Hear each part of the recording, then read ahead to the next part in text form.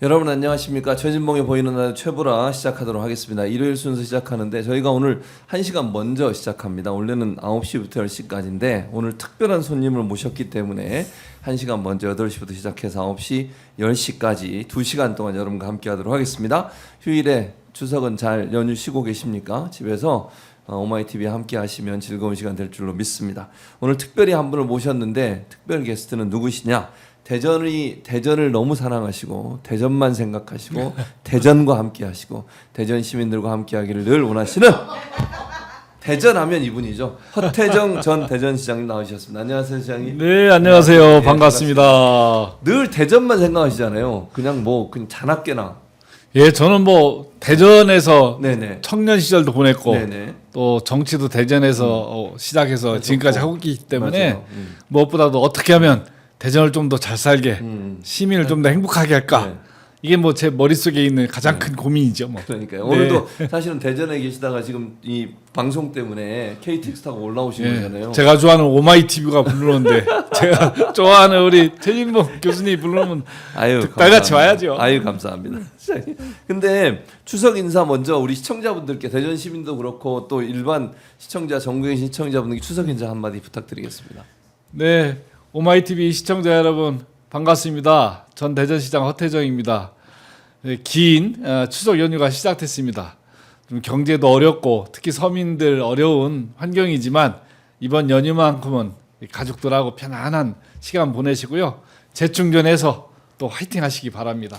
예, 감사합니다. 네, 감사합니다. 시장님 하면 이제 모르신 분도 있을 수 있으니까 잠깐 이제 짧게만 양력을 몇 가지만 소개해 드리면 네. 7기 민선 7기 대전시장을 지내시고 그리고 그 전에 유성구청장을 또 지내셨고요. 그렇습니다. 그 전에는 노무현 대통령 시절에 청와대에서 행정관을 지내셨잖아요. 네네. 그때부터 시작해서 계속 이렇게 대통령, 그러니까 청와대, 예전은 청와대였으니까요. 청와대 행정관 하시면서 경력을 쌓으시고 또 실제 민선 시기에 대전시장도 하셨지만 유성구청장까지 하시면서 차근차근 이렇게 뭐랄까요, 지역의 지방자치단체의 장으로서 역할을 해오신 분이다, 이렇게 볼 수 있겠죠, 시장님은. 그렇게 봐주시면 고맙고요. 근데 네. 좀 굳이 생략한 건 아니지만 네네네. 사실은 청와대 행정관하고 바로 네. 유성구청장을 한 게 아니고 아, 그래요? 네, 과학기술부로 옮겨서 과기부 장관 정책보좌관을 또 하고 하셨군요.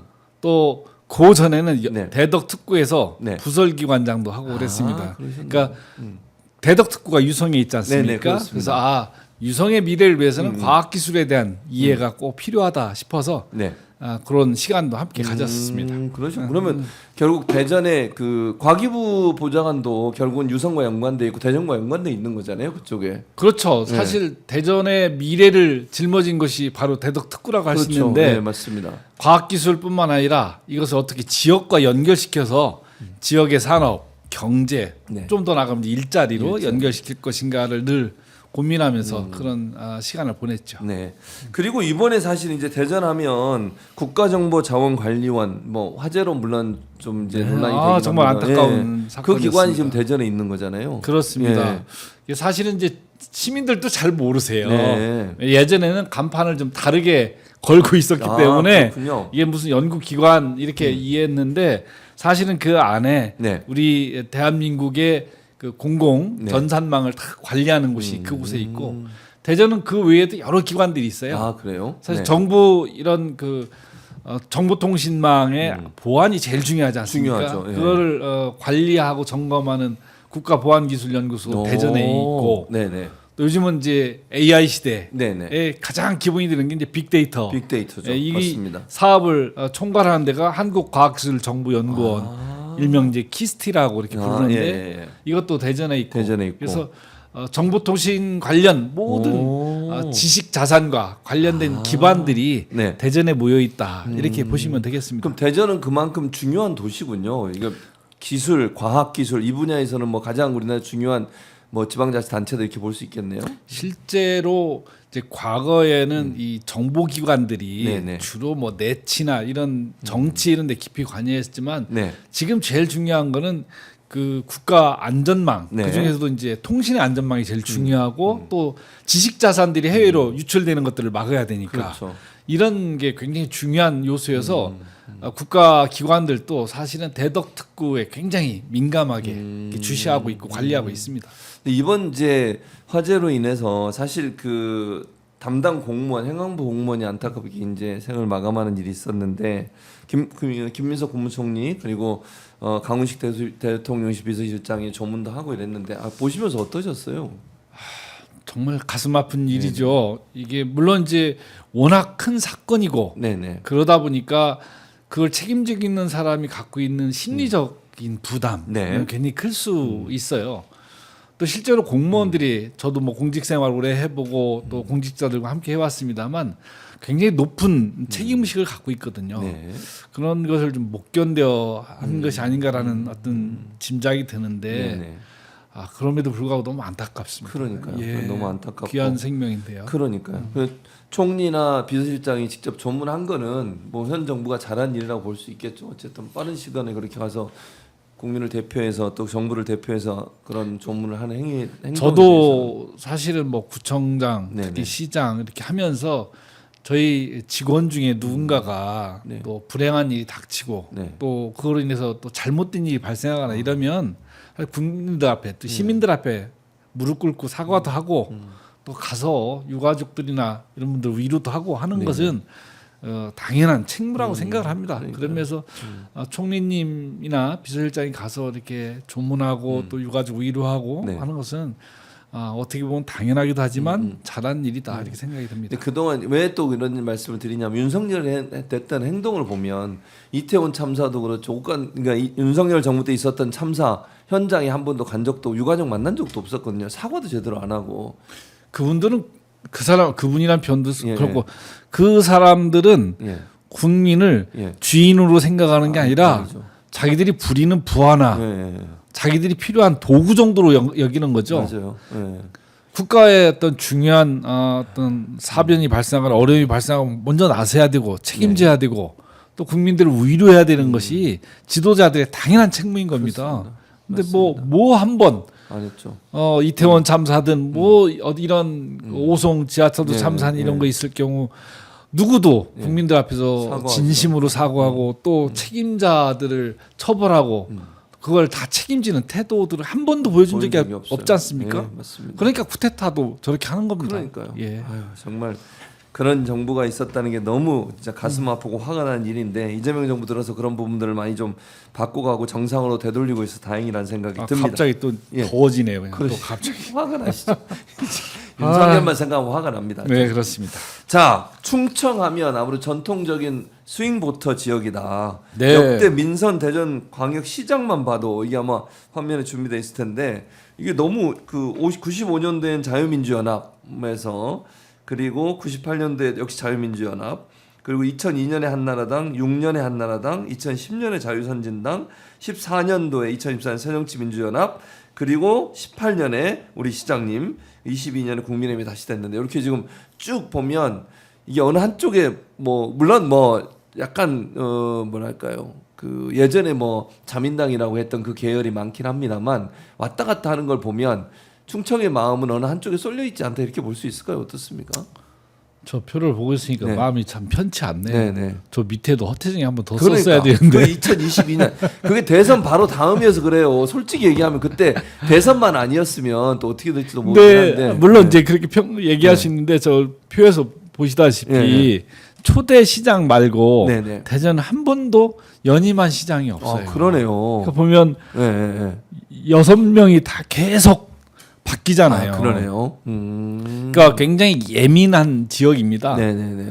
그리고 연임 시장을 한 번도 용인하지 않았다는 것은 또 그런 어떤 정치적인 예민함도 있지만 네.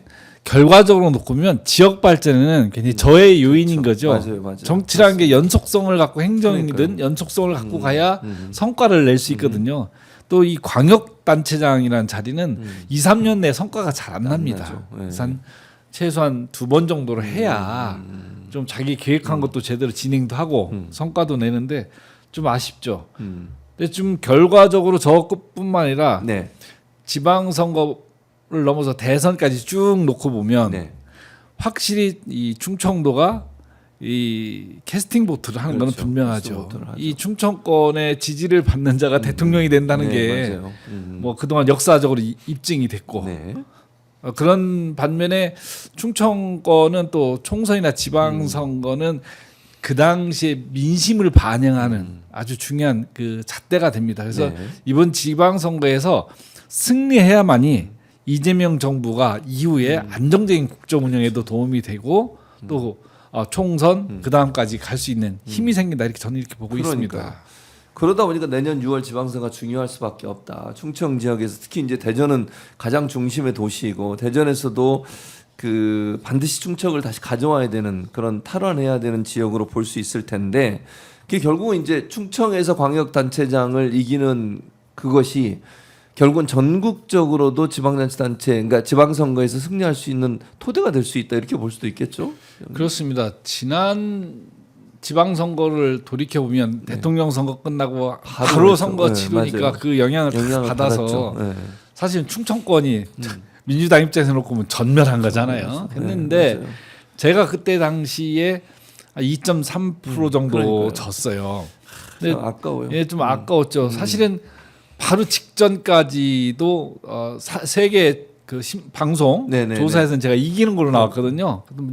그래서 당에서도 아마 대전 정도, 예, 예. 충청권의 대전 정도는 이길 수 있지 않을까라는 기대를 했는데 결과적으로 좀 졌는데 여러 요인이 있지만 투표율과도 또 관련이 있습니다. 투표율과 연관이 있습니까? 그러니까 지금 다루겠지만 네네. 그때 당시에 대전의 투표율이 48%였어요.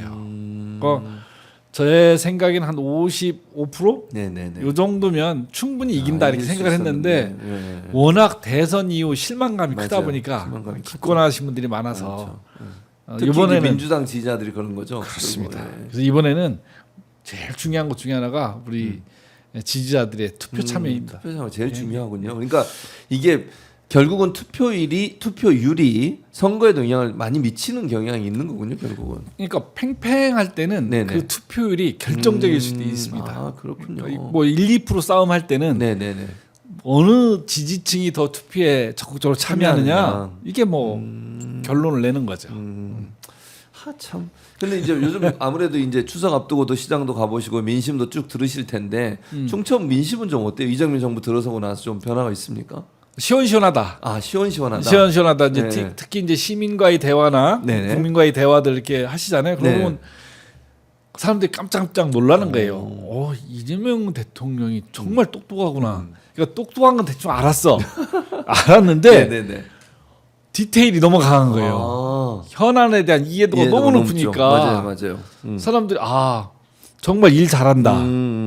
이제 두 번째는 공무원들 힘들겠다.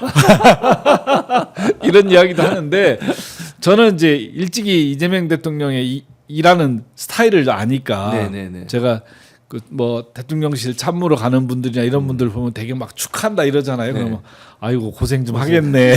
근데 정말 시원시원하게 잘 이끌어 가시고 이제 이런 흐름을 잘 타서 좀 대북 문제, 네네. 이 트럼프 이 좀 심각하지 않습니까? 맞아요. 예. 이거 뭐 사실은 이게 뭐 우리가 볼 때 칼만 안 들었지 이게 그러니까요. 강도지요 뭐 이게 맞아요. 뭐예요? 그렇게 보여요. 예. 너 네. 주머니 한 1억 있지? 너 그 돈 누구 때문에 벌었어? 나 때문에 벌었지? 그거 다 내놔. 이런 거가 뭐가 달라요? 그래서 어쨌든 그럼에도 불구하고 저 대미 문제를 네.